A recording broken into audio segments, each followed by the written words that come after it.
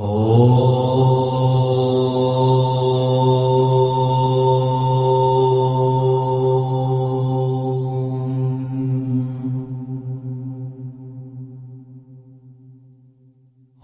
दर्शन प्रथम अध्याय सूत्र संख्या 5 बोलेंगे।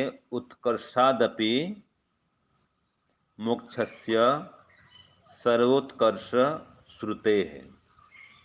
इसका अर्थ लिखिए।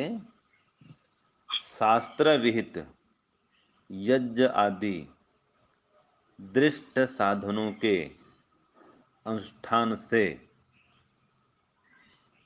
उत्कर्ष तो होता है, अर्थात उन्नति तो होती है, किंतु मोक्ष में जैसा उत्कर्ष होता है वैसा जैसा उत्कर्ष होता है, मोक्ष में जैसा उत्कर्ष होता है वैसा उत्कर्ष यज्ञ आदि से नहीं होता, क्योंकि मोक्ष का उत्कर्ष सर्वश्रेष्ठ है। मोक्ष का उत्कर्ष सर्वश्रेष्ठ है। वहाँ जन्म और मरण के बंधन से छुटकारा है। वहाँ जन्म और मरण के बंधन से छुटकारा है और ईश्वर आनंद की प्राप्ति है। ईश्वरीय आनंद की प्राप्ति है। ईश्वरीय आनंद की प्राप्ति है। तो ये हो गया सूत्रार्थ। तो देखिए, इसमें ये बता दिया कि जैसे कि जो है दृष्ट साधन, भोजन है, वस्त्र है, औषधि है, इनसे बहुत प्रकार के दुख छूटते हैं, लेकिन सभी दुख से छुटकारा नहीं होता। ऐसे ही यज्ञ करने पर भी वायुमंडल शुद्ध होगा, अनेक रोगाणु कीटाणु मरेंगे, अनेक रोग नष्ट होंगे, है ना, पूरा जो है ना पर्यावरण वो शुद्ध होगा। तो इससे भी उन्नति तो होती है, सुख मिलता है, ये भी उत्कर्ष है। इसलिए कहा दिया कि भाष्य में शास्त्र विहित यज्ञ आदि दृष्ट साधन अनुष्ठानात् भवतु उत्कर्ष, कि शास्त्र विहित यज्ञ आदि दृष्ट साधनों के अनुष्ठान से उत्कर्ष तो होता है, मना नहीं किया, अर्थात इससे भी सुख मिलता है, उन्नति होती है। लेकिन कह रहा है परंतु उत्कर्षात् हेतु अपि, ये उत्कर्ष होने पर भी मोक्षे ही खलु उत्कर्षो, जो उत्कर्ष मोक्ष में होता है, न तथा वैसा उत्कर्ष इस यज्ञ आदि से नहीं होता। क्यों नहीं होता?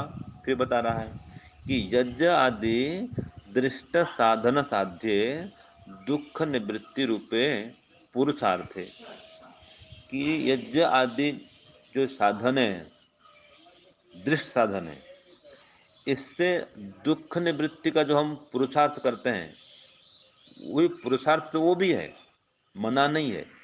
अनेक रोग छूटता भी है, यज्ञ करने से अनेक रोग छूटता है, और वायुमंडल शुद्धि होती है, सुगंधित होती है वायु की, बहुत सारे लाभ हैं। तो ये भी पुरुषार्थ, ये भी है, मना नहीं है। लेकिन यतः, क्योंकि कह रहा है मोक्षस्य सर्वोत्कर्ष श्रुते है, मोक्ष की जो स्थिति है वो इससे अत्यधिक श्रेष्ठ है। तो क्या कहा उसमें? सर्वोत्कर्ष विषय का श्रुति स्थिति हेतु हो, वहाँ तो जो स्थिति होती है वो सबसे उत्कृष्ट होती है, वहाँ सर्वोत्कर्ष होता है, ऐसी यहाँ पर श्रुति मिलती है। सर्वोत्कर्ष विषयक वहाँ श्रुति है, इस कारण से वो सर्वश्रेष्ठ है। तो वहाँ पर क्या होता है? तो दिया दिया वहाँ पर कि अशरीरम व वसंतम न प्रिया प्रिय स्थित। भाई वहाँ पर जब चले जाते हैं मोक्ष में, वहाँ शरीर ही छूट जाता है, अशरीरम, और निश्चित रूप से व्यक्ति शरीर से रहित हो जाता है, और न प्रिय न अप्रिय इस पृष्ठतः। तो वहाँ पर न कोई सांसारिक सुख होता है, न कोई सांसारिक दुख होता है। तो वहाँ पर क्या होता है? मतलब आनंद ही आनंद होता है। वहाँ सुख तो मिलता है इंद्रियों से, और दुख मिलता है वो भी इंद्रियों से। तो मोक्ष में तो कोई सुख दुख होता है नहीं, ये संसार संबंधी। वहाँ तो ईश्वर का आनंद मिलता है, वो आत्मा से भोगता है वो। तो ऐसा अस्य परमागति, ये इसकी परम गति है। ऐसा से परमा संपत, ये परम संपत्ति है। तो ये जो स्थिति है वो यज्ञ से नहीं मिलती है। तो यहाँ पे क्या मिलता है? हवन से। इससे पुनर्जन्म अच्छा होता है, श्रेष्ठ माता पिता मिलते हैं, बढ़िया धनवान घर मिलता है, नौकर चाकर गाड़ी बंगला, ये सब तो सुविधाएं मिलती हैं यज्ञ करने से। दीर्घ आयु प्राप्ति होगी, शरीर उत्तम मिलेगा, स्वस्थ शरीर होगा, ये सारी बातें होती हैं। लेकिन जो परमागति है ना, श्रेष्ठ गति, वो मोक्ष की है, वो नहीं मिलती इससे। क्योंकि वहाँ तो शरीर मिलता है नहीं है। मोक्ष में चले गए मतलब शरीर से छूट गए। शरीर से छूट गए तो कोई संसार का सुख दुख लगता नहीं वहाँ पर। वहाँ तो आनंद है बस।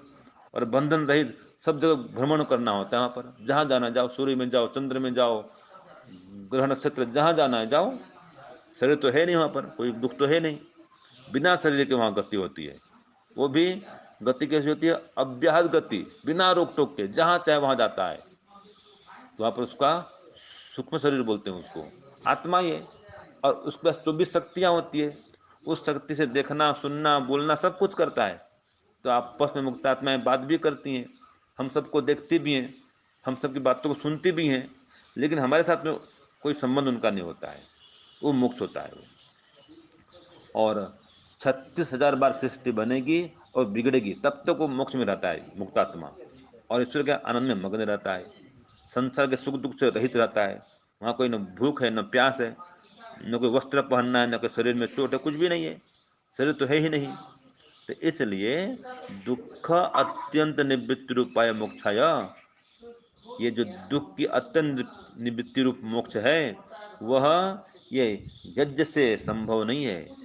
तद एतद यज्ञादि दृष्ट साधनम उपादेयम न, मना कर देखो, जो यज्ञ साधन है ये उपादेय नहीं है इसके लिए। अत्यंत दुख की निवृत्ति के लिए अर्थात मोक्ष के लिए यह जो यज्ञ आदि दृष्ट साधन है वो उपादेय नहीं है, माने ग्रहण करने योग्य नहीं है। तो क्या ग्रहण करने योग्य है? तो बोल दिया किंतु यम नियम आदि अष्टांग योग अनुष्ठानम अदृष्ट साधनम उपादेयम। बात आ गई ना भाई। इसलिए जो यम नियम का अनुष्ठान करेगा, यम नियम आदि अष्टांग योग अर्थात आसन, प्राणायाम, फिर प्रत्याहार, धारणा, ध्यान और समाधि, ये 8 जो यंग हैं, योग के अंग हैं। इन 8 योग के अंगों से सभी दुखों से छुटकारा मिल सकता है। तो यह है अदृष्ट साधन। तो इसका ही ग्रहण करना चाहिए सभी दुखों से छुटकारा पाने के लिए, मोक्ष पाने के लिए। ये इस सूत्र में बता दिया गया है कि यज्ञ करेंगे तो भी पुनर्जन्म अच्छा मिलेगा, स्वर्ग मिलेगा, माने विशेष सुख मिलेगा। लेकिन मोक्ष नहीं मिलता है यज्ञ करने से। अगर मोक्ष पाना हो अर्थात सभी दुखों से छुटकारा पाना हो तो अष्टांग योग को अपनाना पड़ेगा, साधना करनी पड़ेगी और समाधि लगा करके सभी क्लेशों को दग्धबीज करना होता है, तब जाके मोक्ष मिलता है और सभी दुखों से छुटकारा तब मिलता है। ये सूत्र 5 में बता दिया गया। ओम शांति ओम शम।